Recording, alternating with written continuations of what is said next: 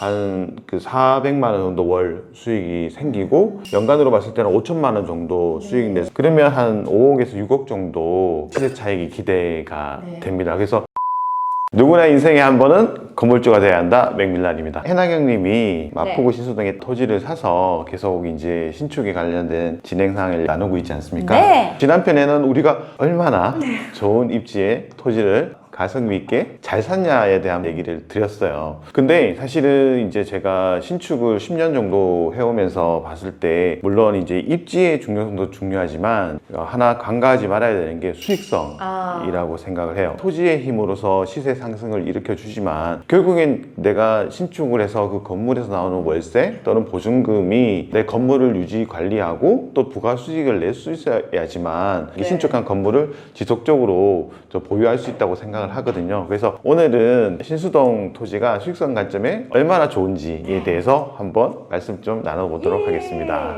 입지하면서 잠깐 뭐 요약하자 보면 대흥역, 한정거장 전에는 뭐죠? 공덕역. 그 전에는 뭐죠? 몰라요. 효창공원역. 용산이죠. 용산하고도 두 정거장이면 충분히 갈 수 있고 이 공동의 중심 상업지 역할을 하고 있거든요. 근데 지금 여기까지 밀려올 수 있기 때문에 향후에 개발에 대한 기대 차익이 된다라는 부분이에요. 그래서 이제 이렇게 해서 지번에서 확인이 되면 수익성 분석에 대한 첫 단추가 뭔지 아십니까? 우리 수업을 배웠었잖아요. 네, 배웠죠. 대답을 잘해야 됩니다. 지번이 나오면 뭘 우리가 찾아봐야 되나요? 토지 이음이요. 그렇죠. 아, 다행이다. 맞았어.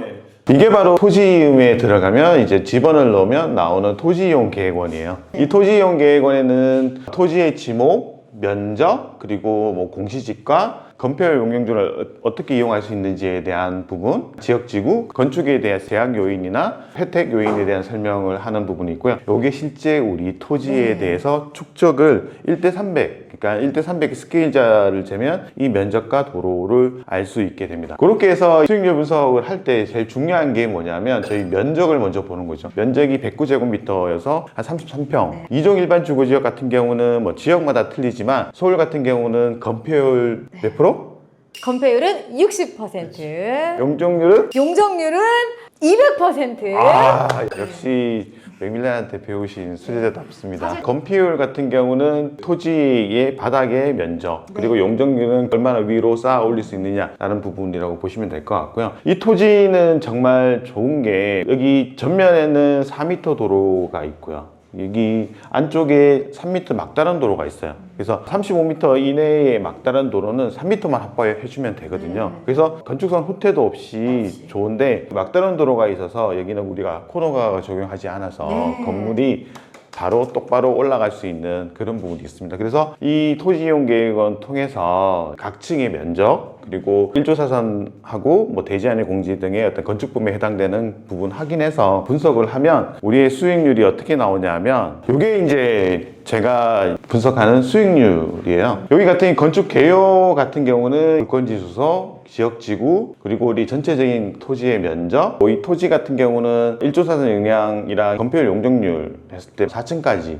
구성이 다 되는 걸로 되어 있고 건폐율 용적률 다 찾아먹을 수 있는 토지라고 분석이 됐고요. 세부 구성을 보면 그 1층은 근생, 상가로 구성을 했고 2층, 3층, 4층은 다중주택에서 원룸 건물로 이제 상가주택으로 구성을 했습니다. 1층은 이제 한 5평 되는 상가 2개 또는 12평 정도 되는 상가 하나로 갈 수 있을 것 같고요. 2층, 3층 같은 경우는 6평 되는 1.5룸 하나, 4.5평 정도 되는 원룸 2개씩 해서 이제 구성하고 4층은 한 8평 되는 1.5룸이랑 다락 위에 올라가고 전용 테라스 쓸 수 있도록 하고요. 주차 기준은 근생다중 같은 게 그 공식에 의해서 보면 0.85대 정도 되고요. 저희 같은 경우는 2대로 하면 1층의 상가 면적이 확 줄기 때문에 한 대로 이렇게 구성을 했습니다. 그래서 요거를 그 수익률 장표로 이렇게 다시 올라가면 중요한 거는 이 지역의 어떤 시세를 조사하는 부분이고요. 최근에는 이제 보증금을 2천만 원에서 5천만 원 이하로 두는 건데 그 이유는 뭐냐면 요즘에 이제 아무래도 전세 보증사들 예, 문제 때문에 세입자들이 5천만 원 이상은 보증금을 증액하기를 원하지 않아요. 왜냐하면 5,500 정도까지가 아무래도 최우선 변제금을 내서 나라에서 보장해주기 때문에 이제 5천만 원으로. 신수동 같은 경우는 그때 말씀드린 것처럼 서강대도 앞에 있고, 한정거장 가면 홍대도 있고, 연세대도 있고, 한정거장 중에 합정도 있고, 강 건너면 바로 여의도도 있기 때문에 수요가 엄청 많아요. 원룸이 부족해. 그래서 제가 그때 시장 조사할 때 이 동네는 1년짜리 계약이 없다. 다 2년 이상이다. 맞아요. 여기는 지금 주인 건물주의 시장에 있어서 2년 계약 아니면 안 해. 네, 마포는 그렇게 돼요. 좋더라고요, 그게. 그래서 여기 같은 경우는 임대가가 사실은 동작구나 관악구보다 훨씬 높아요. 아무래도 이제 핫한 곳이 많다 보니까 수요가 많고 해서 월세가 되게 높은 편이고요. 그리고 신축이라는 메리트 때문에 월세가 더 높아질 것 같아요. 전체적으로 지금 대흥역이든 광흥창역이든 그러니까 신축이 그렇게 많지가 않아요. 네. 수요는 많은데 신축에 대한 공급이 없다 보니까 내놓으면 내놓는 대로 다 계약이 되는 정도로 좀 좋다고 보시면 될 것 같고요. 보증금이 한 4억 정도 되고 월세는 한 700 정도 관리비하고 뭐 주차까지 다 해서 나오게 되고요. 그렇게 되면 이제 제가 투자금은 사실은 중요한 게 토지 우리 9억 8천 정말 아름답습니다. 10억도 안 되는 마포에서 33평 토지를 여기서 도보 5분 내, 1, 2분 내 갱선 숲길 이런 토지를 참 샀다는 거 보면 아직도 지금 믿기지가 않고요. 그래서 취등록세 3% 내고 여기서 팁. 취등록세 같은 경우는 현재 이제 서울에서는 강남 3구, 강남구, 서초구, 송파구 그리고 용산구 그 네 개만 그 투기과열지구고 조정지역이라서 1가구 2주택 이상부터 8% 이렇게 중과를 받는데 여기는 1가구 1주택에서 하나를 더 취득을 하더라도 기본세율로 되기 때문에 1주택 갖고 계시죠. 그죠. 원래 만약에 송파구로 사셨다 그러면 8%를 내야 돼서 8천만 원의 취등록세를 내야 되는데 3천만 원으로 한 5천만 원 정도 세이브가 되는 거죠. 건축비 같은 경우는 통상적으로 이제 100평 기준으로 8억 5천 정도 되는데 좀 세이브해서 가성비 있게 7억 5천 정도로 하고요. 설계비, 감리비는 3천, 뭐 인입비. 그러니까 인입비 같은 경우는 전기, 가스, 수도 이런 거는 이제 외부에서 들어와야기 때문에 그런 원인자 부담금이기 때문에 따로 뺐고요. 잡비 같은 경우는 한 1년 정도 신축하는 과정에서 필요한 어떤 보존 등기비라든지 이자라든지 관련된 비용 한 1억 정도에서 한 20억 정도 안 되는 프로젝트다. 그럼 여기서 포인트는 일반 매수를 하려는 분들의 걱정이 이자 충당을 어떻게 해 인데 맥밀란님께서 내 자기 자본 필요한 세팅이 이자를 포함한다는 거. 그래서 내가 가지고 가는 동안 이자 때문에 이제 막 마음이 쫄리거나 걱정할 필요는 없다. 이 부분이 좀 중요한 것 같더라고요. 그래서 이자를 포함한 예산으로 맞춰 주셨습니다. 그래서 이제 보증금하고 대출 확인하면 나중에 완료되면 한 12억에서 13억 정도 회수가 되는 구조로 되고요. 그렇게 되면 나중에 이제 대출 이자를 한 4% 정도 빼면 한 그 400만 원 정도 월 수익이 생기고 연간으로 봤을 때는 5천만 원 정도 수익이 내서 내 투자금 대비했을 때 한 7% 8% 이상의 수익률이 날 수 있는 구조다. 그래서 예상 매매가 같은 경우는 이제 우리가 보증금 3억 9천은 나중에 회수되는 부분이고 나머지 이제 월 수익이 690만 원. 원래 이제 735만 원인데 690만 원 잡은 거는 이제 청소를 해야 된다든지 세대 공용 전기세라든지 그리고 이제 엘리베이터 점검 비용이라든지 이런 비용을 빼고 순수하게 이제 우리가 가져갈 수 있는 게 한 690만 원 정도 되고요. 적절한 매매 가격이 한 24억에서 25억이라고 판단했고요. 그러면 한 5억에서 6억 정도 시세 차익이 기대가 됩니다. 그래서 투자 금액이 한 5, 6억 정도 되니까 나중에 이제 엑시트한다 그러면 100% 수익률은 기대하고 해도 되지 않을까. 하지만 저는 당분간 엑시트는 하지 않을 거예요.